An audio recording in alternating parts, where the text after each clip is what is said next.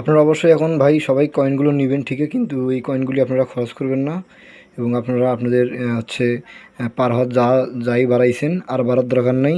এরা কিন্তু এটা গ্যাঞ্জাম করবে। তো অবশ্যই আপনারা সকল ইউজারদেরকে উদ্দেশ্যে বলছি, কয়েন এখন সবাই রাখবেন।